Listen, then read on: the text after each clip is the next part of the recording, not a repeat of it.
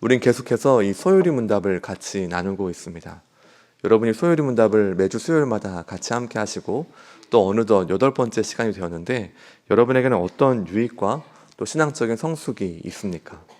사실 이 소요리 문답은 어떤 면에서는 매우 간조하고 건조하게 느껴질 때가 많이 있습니다. 내용이 좀 딱딱한 면이 있고 우리 마음에 때때로 울림이 없을 수도 있고, 그러나 이러한 내용들이 가장 기본적인 교리였기 때문에 당시 이 소요리 문답을 작성할 때에는 이런 내용들은 중고등학생, 처음으로 예수님을 믿는 사람들이 반드시 알아야 된다라는 차원에서 이 내용을 기록했던 것입니다.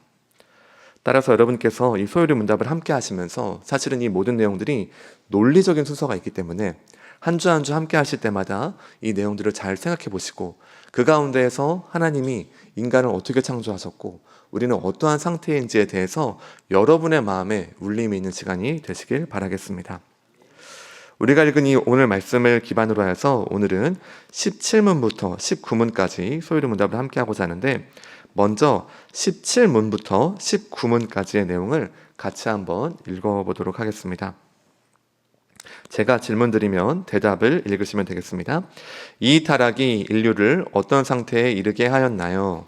이 타락은 인류를 죄의 상태와 비참함의 상태에 이르게 하였습니다. 사람이 타락한 상태에서의 죄악됨이란 어떻게 이루어져 있나요?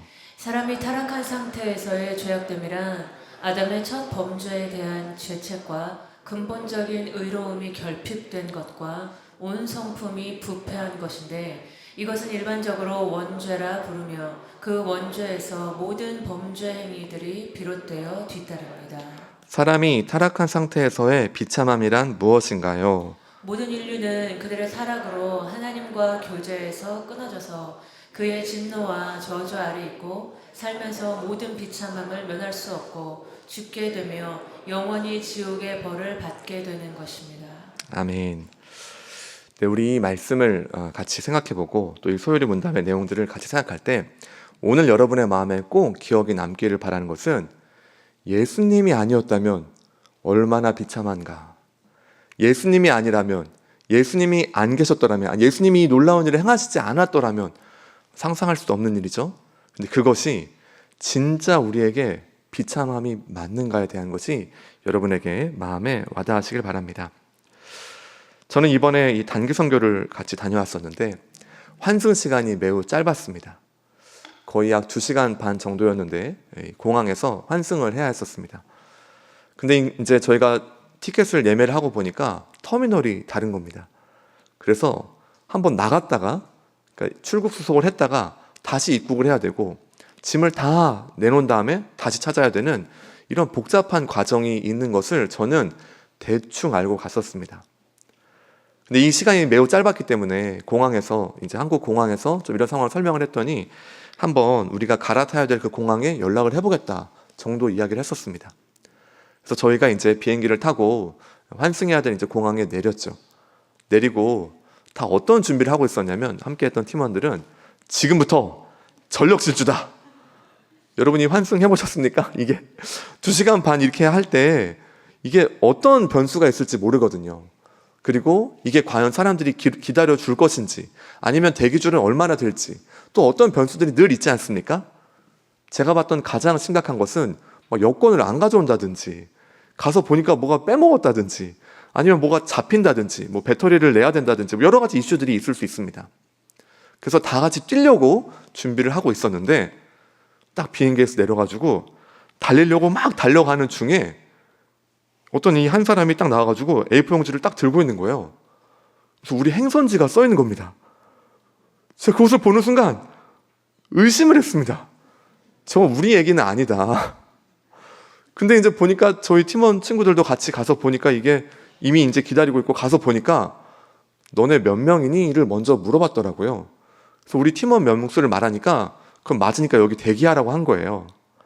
그래서 가서 딱 이 종이를 보는 순간 저 마음으로서는 와, 이거 지금 뭔가 좀 희한하다라는 생각들이 들었습니다. 그리고 나서 그 다음부터 어떻게 되냐면, 환승의 과정이 터미널을 2개를 바꿔야 되고 또 중간에 이 버스도 타고 가야 되고, 생각해보니까 엄청난 과정이었는데 이것을 마치 여러분이 옛날에 슈퍼마리오 게임을 해보셨는지 모르겠습니다만 저는 슈퍼마리오 1을 끝판까지 가봤습니다. 이게 어떤 의미인지 아시는 분만 아시면, 저는 인생에 딱 한 번 가봤는데 이렇게 어떤 다른 통로로 가면 다른 어떤 이 지름길이 나오는 그 길이 있습니다. 이분이 같이 어떻게 했냐면 따라오라고 하는 겁니다. 그래서 따라가는데 막상 가다 보니까 이분이 약간 빨간 옷을 입고 계셨고 또 뒤따르는 분이 한 분 더 계셨는데 이분은 파란 넥타이인가를 입고 계셨습니다. 저희 눈에 어떻게 보였냐면 불기둥과 구름기둥이다. 하나님이 지금 이 모든 과정을 이끄셔서 앞뒤에서 호위하셔서 이끈다라는 생각이 들었고, 가다 보니까 이제 수속도 해야 되고 이제 알아본 이 친구들 말로는 이게 굉장히 복잡하다는 거예요. 근데 갔는데 좀 대기하라고 하더니 한참 좀 기다렸어요. 그러고 보니까 뭐라고 있었냐면 우리가 갈아타야 될 비행기의 티켓을 모두 수기로 적어준 겁니다. 저는 그런 티켓은 처음 봤습니다. 이거 가보로 간직하고 싶었는데 나중에 또 이렇게 검사할 때 뜯어가잖아요. 그것도 큰 쪽을 뜯어갑니다. 그래서 이 작은 쪽만 집에 이렇게 잘 모시고 좀 인생이 힘들 때마다 이걸 봐야겠다. 주님이 이렇게 이끄셨다. 그래서 이걸 다 써준 다음에 그대로 우리가, 저는 처음 봤습니다. 아마도 직원들이 가는 통로, 직원들이 함께하는 자리로 이렇게 해서요. 한 번에 수속을 딱 해서 마지막에 그 갈아타는 곳에 딱 도착했을 때는 거의 시간에 딱 맞춰서 그것도 저희가 가장 먼저 탈 수 있도록 안내를 해주었습니다. 제가 이제 어떤 친구들이 이런 말을 할 수도 있을 것 같습니다. 그거 뭐 우연히 그럴 수도 있지. 뭐 그런 일이 있지 않을까 생각도 할 수도 있습니다. 그러나 그 다음 돌아올 때를, 이제 환승 시간이 길어서 돌아올 때를 실제로 수속을 해보니까요. 이거는 2시간 반은커녕 한 서너 시간이 있어야 여유 있게 하는 기간이었더라고요. 이 엄청나게 꼬불꼬불 길을 가야 되고 터미널 바뀌는 것도 헷갈리고 안내해주는 사람도 없고, 돌아오면서야 알았습니다. 이게 하나님의 놀라운 섭리이셨구나. 하나님이 우리를 이끄시고, 어쩌면 제가 좀 부족하고 이끌고 있지만 상세한 내용을 몰랐지만 돌아올 때 돼서 보니까 이것은 하나님의 도우심이구나 하는 것을 그제서야 알았습니다. 여러분, 제가 왜 서두에 이야기를 하냐면은 많은 사람들이 이 하나님의 은혜와 십자가의 복음에 대한 감격을 잃어버리는 이유가 무엇일까요? 원래 여러분, 신앙생활을 하면 할수록 더 깊어지고 더 은혜 가운데 충만하고, 여러분 성령 충만이라는 것이 불이 붙다가 점점 꺼지는 겁니까? 아닙니다. 점점 나이가 들수록, 신앙의 연수가 깊어질수록 더 신앙의 깊이도 깊어지고 더욱 연단도 받고 함께하면서 소망은 더욱 분명해지고 주님이 진정 그리스도이심에 대해서 활활 타오르는 것이 원래의 여정입니다. 근데 우리가 흔히 어떤 생각을 합니까? 처음 와서 예수님 믿는 사람 간증을 한다든지 나눔을 할 때 와, 정말 뜨겁다라고 말하면서 보통 이런 말도 합니다. 그래, 처음엔 다 그래. 나도 그런 때가 있었어. 그 옛날에 뭐 은혜 받았던 때, 뭐 수련회 때, 아니면 나도 열심히 했던 때 다 지나고 보니까 그래, 뭐 그냥 그런 거야. 여러분, 이것이 과연 예수님이 말씀하시는 그 그리스도의 분량까지 자라가는 과정이겠냐는 것입니다. 당연히 아니겠죠. 우리는 사실 무엇을 많이 잃게 되냐면은 예수 그리스도께서 죽으심을 통하여서 우리가 그 모든 죄책에서 해결함을 받고 죄사함을 받고 그리스도 안에 있다라는 것 자체가 얼마나 크고 위대한 것인지를 때때로 잊어버리고, 더 나아가 우리가 죄와 비참함의 상태에 있다는 것이 얼마나 심각하고 두렵고 상상조차도 할 수 없는 정말 무시무시한 것인지에 대해서 잊을 때 은혜가 값싸게 느껴지고 오늘의 일상이 더 이상 소중하게 않게 보여지며 하나님의 은혜와 주님의 도우심에 대해서 원래 그런 거지요 뭐 라고 말할 때가 있다는 것입니다. 저희는 마치 공항에서 다시 돌아올 때서야 진짜 우리가 처음에 갈 때 그 수속을 밟았던 이 모든 것이 하나님의 은혜였구나, 주님의 도우심이었구나, 이 과정을 했다면 반드시 놓쳤다, 이걸 알 때에 더욱 깊은 감사가 있었습니다. 오늘 우리는 이 인류의 이 죄와 타락으로 말미암아서 이 비참한 상태에 대해서 뼈저리게 마음 가운데 와닿음을 통하여서 예수 십자가의 보혈이 얼마나 귀한지, 예수님의 공로가 얼마나 위대한지에 대해서 다시 한번 생각하는 시간이 되기를 원합니다. 우리 다시 한번 이 4번째 슬라이드를 좀 보여주실 수 있으시면 함께 해주시면, 오늘 우리가 함께하고 있는 우리 또 지난주에 우리 안사무엘 목사님 통해서 들었던 이 죄와 타락의 내용들은 과연 성경은 어떻게 인간을 바라보는가에 대한 인간론에 관한 것입니다. 인간은 어떤 존재이며 현재의 상태는 어떠한가? 여러분은 어떻게 생각하십니까? 여러분 만약에 예수님을 모르는 사람에게 가서 당신은 죄인입니다 라고 말하면 잘 와닿지가 않습니다. 우리 한번 그 다음 슬라이드를 보여주시면 이런 말을 하겠죠. 저는 평범한 서민입니다. 삶이란 참 쉽지는 않지만 사는 것이 다 그런 거 아니겠습니까? 그저 오늘의 삶에 충실하면서 하루하루를 살아가고 있습니다. 여러분 보통의 예수님을 모르는 사람에게 이 당신의 인생에 대해서 어떻게 스스로를 진단합니까? 당신의 상태를 어떻다고 말합니까? 묻는다면 아마 보통은 이런 대답을 할 것입니다.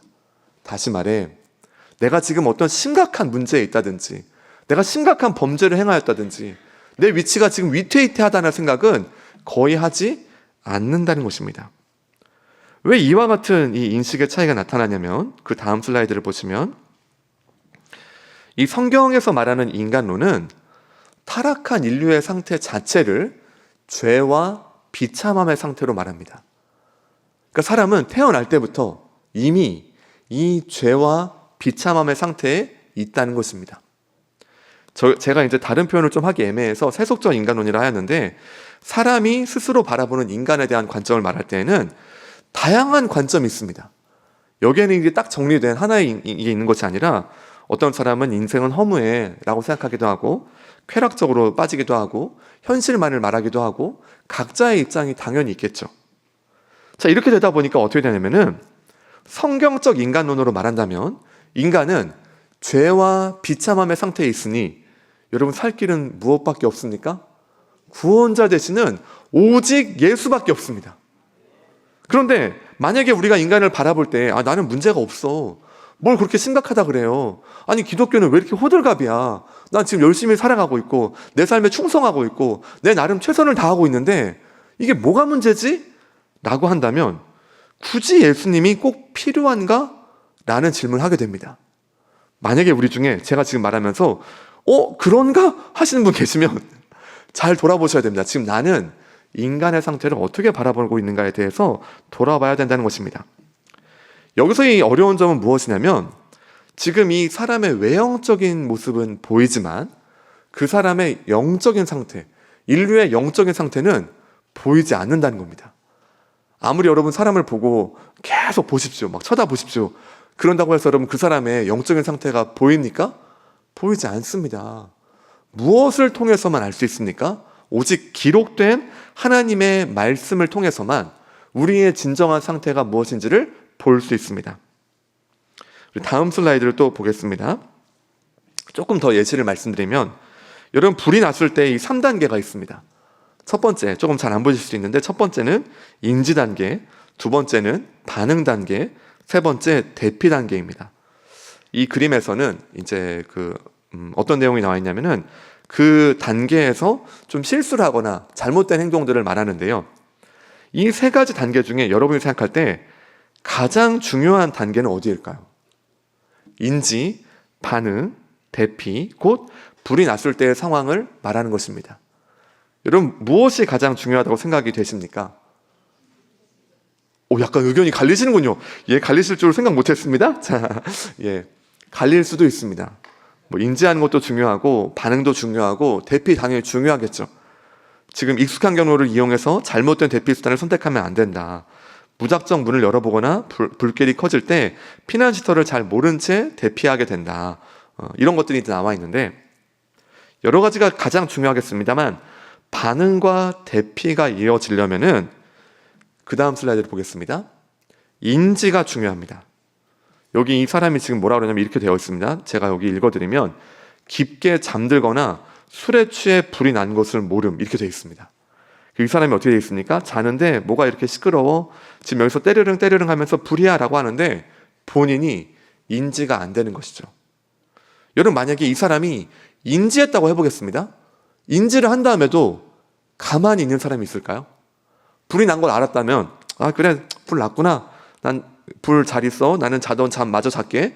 이런 사람 없을 것입니다. 심지어 여러분 제가 만약에 자고 있다가 내 옆에 내가 사랑하는 사람, 우리 가족이 있는데 불이 난 것을 알았을 때 얼른 나만 도망가는 사람도 없을 것입니다. 어떻게 할까요?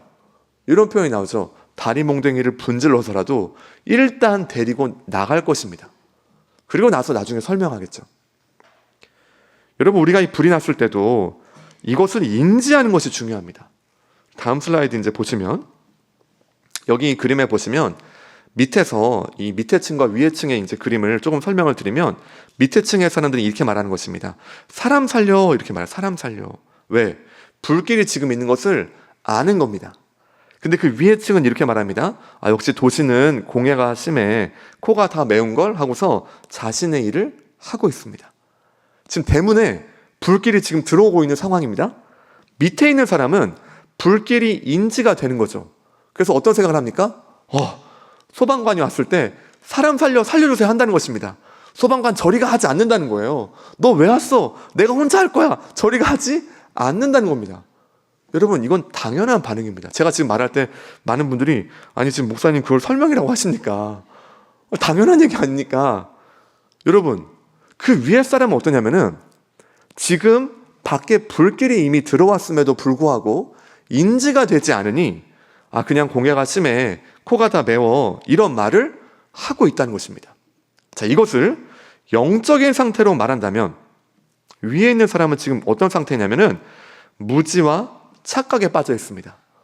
본인이 지금 하나님의 진노가 이미 불붙고 있고, 착각은 여기서 열심히 사는 것이 인생의 목적인 줄로 착각한다는 것입니다. 여러분, 눈을 뜨고 아는 사람은 어떻습니까? 여러분, 기독교에 들어올 때, 복음에 들어올 때 가장 중요한 것은 절망하는 것입니다. 와, 살 길이 진짜 하나도 없구나. 여러분, 예수님을 믿으실 때 그냥 그래요, 예수님 믿어줄게요, 영접할래요? 여러분, 이런 믿음은 진짜 믿음이 아닙니다. 아무리 찾아보아도 내가 살 길은 예수님밖에 없다. 이 인생 가운데 이 비참함, 이 죄악 가운데 이 두려움, 어떻게 살지 나는 모르겠다라고 하면서 절망할 때에는 살 길이 전혀 없음에 절망하고, 또 여러분, 어떤 사람이 그리스도께 돌아옵니까? 탄식하는 것이죠. 인생은 헛되고 헛되 인생이라는 것입니다. 사실 여러분 한 사람 한 사람은 다 사형 선고를 받은 분들입니다. 어떤 의미에서냐면 언젠가 우리는 죽게 됩니다. 다만 그 날짜를 모를 뿐이죠. 그리스도를 모르는 사람들은 이것을 잘 모른 채 오늘이 재밌어, 오늘이 즐거워라고 산다면, 예수님을 아는 사람들은 어떤 고백을 하게 됩니까? 그 죽음까지도 이기신 예수님을 바라본다는 것입니다. 여러분, 이와 같은 좀 인식을 갖고 다시 한번 이 소요리 문답 17문부터 19문까지의 내용을 조금 정리해 보겠습니다. 17문에서는 무엇을 말하냐면 타락의 결과로 죄의 상태와 비참함의 상태로 나누어진다는 것을 말합니다. 그리고 이어지는 이 죄의 상태에 대해서 18문은 원죄와 자범죄로 말하고 있고, 19문은 이 하나님과의 관계의 단절에 대해서 말하고 있습니다. 자, 우리는 이 말씀을 좀 이 슬라이드 좀 생각해 보시면서 잠시 말씀을 읽도록 해보겠습니다. 창세기 3장 8절부터 10절 말씀을 같이 읽도록 하겠습니다. 함께 읽겠습니다. 시작. 그들이 그날 바람이 불 때 동산에 거니시는 여호와 하나님의 소리를 듣고 아담과 그의 아내가 여호와 하나님의 낯을 피하여 동산 나무 사이에 숨은지라. 여호와 하나님이 아담을 부르시며 그에게 이르시되 내가 어디 있느냐? 이르되 내가 동산에서 하나님의 소리를 듣고 내가 벗었으므로 두려워하여 숨었나이다. 아멘. 우리가 오늘 읽은 이 창세기 3장 말씀과 이 로마서 5장 말하는 것은 하나님이 아담을 인류의 대표로 세웠다는 것입니다.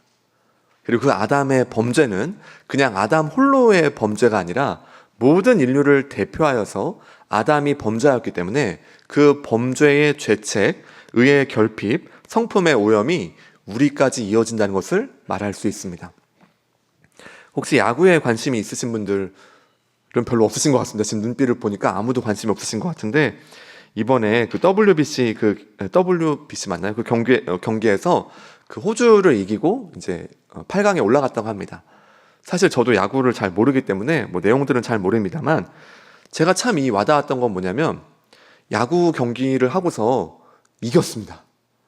그때 여러분 그 아나운서들이 어떻게 했냐면요, 이번에 아나운서분들이 다 울고 계셨어요. 저는 그걸 보면서 사실 이해가 잘 안 됐습니다.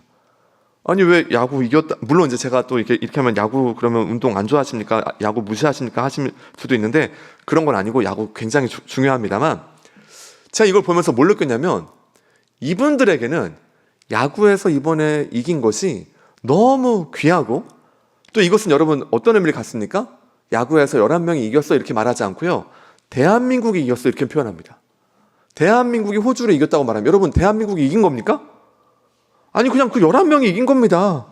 우리도 만약에 원하면 11명 구성하셔가지고 나갈 수도 있습니다. 그러나 여러분 우리 모두 뭘 인정한 거냐면은 한국의 대표로서 월드 베이스볼이라는 그 대회에 나가서 한국이 이겼다라고 우리가 다 인정하는 것입니다.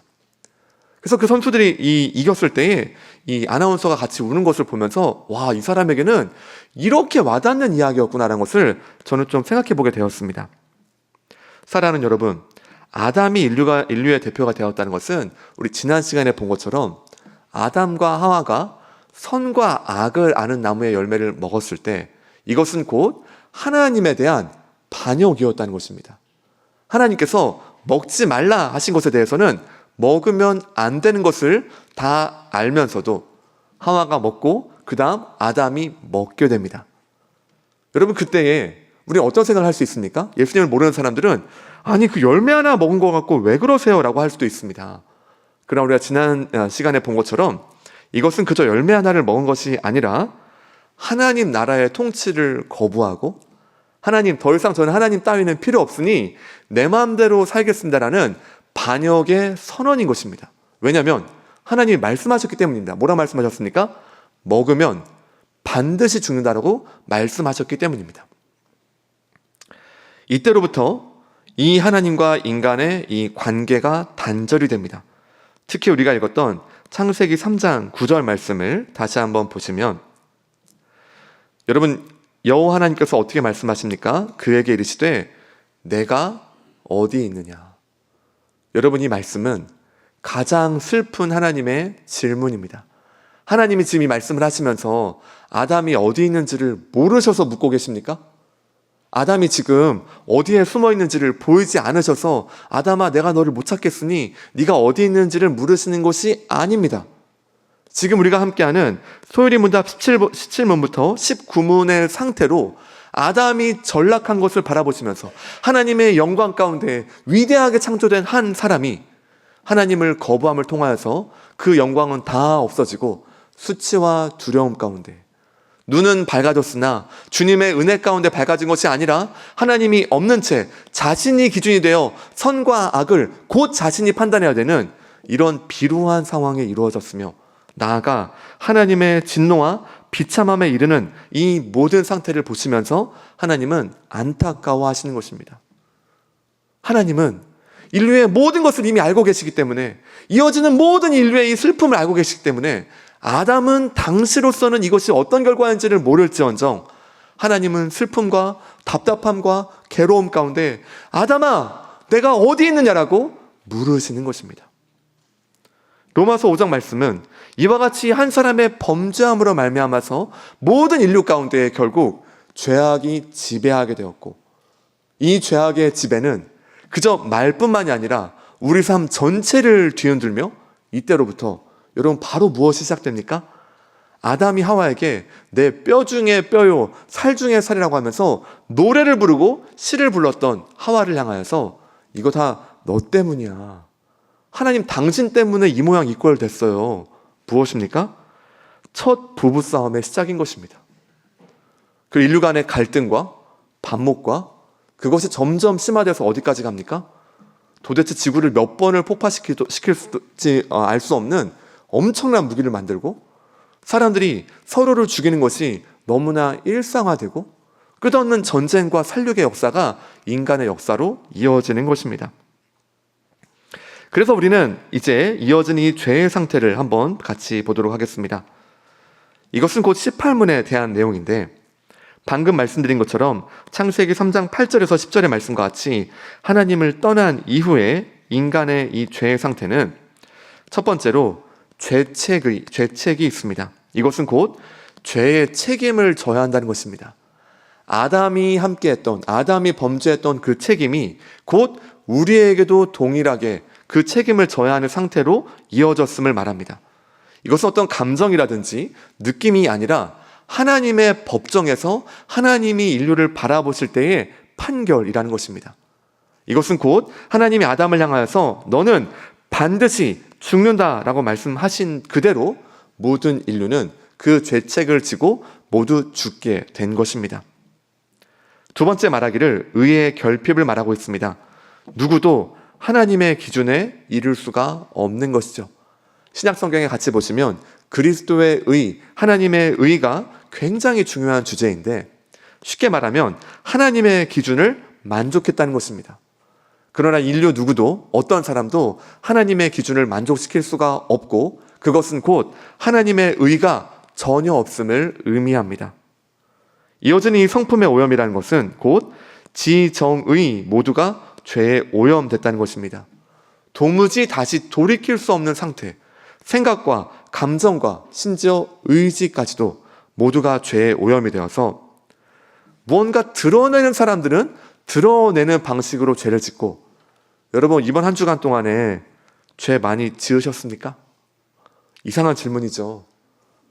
그러나 각 사람에겐 무엇이 있냐면 보여서 들킨 죄와 보이지 않고 나만 지었고 하나님만 알고 계시는 들키지 않은 죄밖에 없습니다. 오늘날 세상으로 말한다면은 우리가 바라볼 때 손가락질을 하는 사람들이 있죠. 야, 저 사람 왜 저럴 수가 있어? 저게 왜 문제야? 저 사람 정말 잘못됐어라고 말할 수도 있지만 그 기준을 본인에게도 말한다면 사실은 우리 또한 드러나지만 않았을 뿐이지 들키지만 않았을 뿐이지 똑같이 지정의 모두가 죄에 오염되어서 돌이킬 수 없는 상태에 이르렀다는 것입니다. 그리고 이어서 야고보서 1장 14절부터 15절 말씀을 같이 함께 읽도록 하겠습니다. 우리 함께 읽습니다. 오직 각 사람이 시험을 받는 것은 자기 욕심에 끌려 미혹됨이니 욕심이 잉태한즉 죄를 낳고 죄가 장성한즉 사망을 낳느니라. 18문에서는 이 아담의 이 원죄뿐만 아니라 자범죄로 보통 표현하는데 이제 원죄와 자범죄라는 것은 사실 성경에 나오는 표현은 아닙니다. 이에 대해서는 어떤 신학적인 견해는 다를 수 있겠습니다만 가장 쉽게 표현한다면 우리 스스로 또한 뒤따르는 모든 범죄 행위와 우리가 스스로 짓는 죄악들이 있다는 것입니다. 마치 사과나무에서 사과가 맺는 것처럼 우리는 죄의 나무가 되어서 스스로 또한 죄라는 열매를 죄에 대한 것들을 행하는 것을 이 자범죄라고 말할 수 있습니다. 야고보서 1장 14절에서 15절 말씀은 결국 오직 각 사람이 욕심에 끌려서 다시 한번 죄를 짓는다. 곧 오늘날 우리는 똑같은 선악과의 유혹, 지금 이게 보이진 않지만 그와 같은 유혹 가운데 늘 주님을 배반하고 주님을 떠나고 주님을 무시하고 십자가를 짓밟는 행동들을 사실은 우리 가운데 너무나 많이 한다는 것입니다. 그러므로 우리는 아담을 향해서 이렇게 말할 수 없다는 겁니다. 아담, 당신 때문에 지금 이 모양 이 꼴이 됐어 라고 말할 수 없다는 것입니다. 왜냐하면 아담은 모든 인류의 조상이자 그 아담으로 말미암아 우리에게까지 모든 죄가 흘러들어왔고 동시에 우리 또한 그 죄를 스스로 짓고 있기 때문입니다. 우리 그 다음 비참함의 상태를 함께 보도록 하겠습니다. 19문은 비참함의 상태에 대해서 다음과 같이 말합니다. 먼저 진노와 저주의 상태입니다. 하나님께서 죄에 대해서 진노와 저주를 내리십니다. 이것은 곧 하나님의 자녀로 창조되었고 하나님의 아들이자 딸로 창조되었던 아담과 하와가 더 이상 자녀로서의 위치가 아니라 본질상 진노의 자녀가 되고 사단의 노예가 되어서 하나님과 대립되는, 하나님과 대적되는, 곧 심판받아 마땅할 대상이 되었다는 것을 말하고 있습니다. 또한 인간의 삶은 비참합니다. 여러분 인생이 어떻습니까? 아마 어린 나이일 때는 이런 말이 잘 안 와닿을 수도 있을 것 같습니다. 그냥 내일 놀면 되고 재미있을 수도 있고. 그러나 또 요즘 어린이들은 또 세상이 너무 악해져서 어린이 나름의 괴로움과 힘듦도 점점 많아지는 것 같습니다. 그러나 인생의 여러 시간들을 보내면서 우리는 무엇을 보게 됩니까? 재난, 병, 고생, 슬픔, 아픔, 다양한 형태의 비참함이 있다가 언젠가 인류는 죽게 됩니다. 이런 것에 대해서 깊이 생각하는 사람일수록 무엇을 알게 되냐면 삶의 허물을 보게 되고 아무리 열심히 살려 할지라도 이 인생은 결국 언젠가 죽기 마련이며 죽음 이후의 어떤 상황들을 알 수 없다는 것 자체가 더욱 큰 괴로움인 것이 삶의 비참함이라 할 수 있습니다. 마지막이 죽음과 지옥 형벌을 하나로 묶어서 말씀을 드리고자 하는데 결국 그래서 인간은 죽습니다. 인간에게 가장 두려운 것이 있다면 본인의 죽음일 것입니다. 우리 여기 계신 분들 중에 누구도 이 죽음을 피할 수 있는 분은 없습니다. 언젠가 인간은 죽기 마련이고 이미 사형 선고가 내려져서 죽게 될 날을 우리는 어쩌면 극단적으로 말하면 기다리는 사형수와 똑같습니다. 그리고 이어지는 그리스도를 모를 때 어떻게 됩니까? 영원한 지옥의 형벌이 있음에 대해서 성경은 말하고 있습니다. 우리 함께 에베소서 2장 2절부터 3절 말씀을 같이 읽겠습니다. 그때 너희는 그 가운데서 행하여 이 세상 풍조를 따르고 공중의 권세 잡은 자를 따랐으니 곧 지금 불순종의 아들들 가운데서 역사하는 영이라. 전에는 우리도 다 그 가운데서 우리 육체의 욕심을 따라 지내며 육체와 마음에 원하는 것을 하여 다른 이들과 같이 본질상 진노의 자녀이었더니. 에베소서 2장 2절에서 3절 말씀은 우리의 그리스도 밖에서의 상태에 대해서 가장 명확하게 말합니다. 어떻게 말하고 있습니까? 공중의 권세 잡은 자를 따랐고 불순종의 아들들 가운데서 역사하는 영의 지배를 받았다는 것입니다. 그래서 우리 또한 육체의 욕심을 따라서 육체와 마음에 원하는 것을 하여서 본질상 진노의 자녀였다는 것이 성경이 말하는 인류의 현 상태라는 것입니다. 여러분 여기까지 듣고 나시니까 마음이 어떠십니까? 만약 여러분이 듣고 괴롭고 숙연해지고 더 이상 웃음이 나오지 않는다면 이 말씀의 원의가 잘 전달됐다고 생각합니다.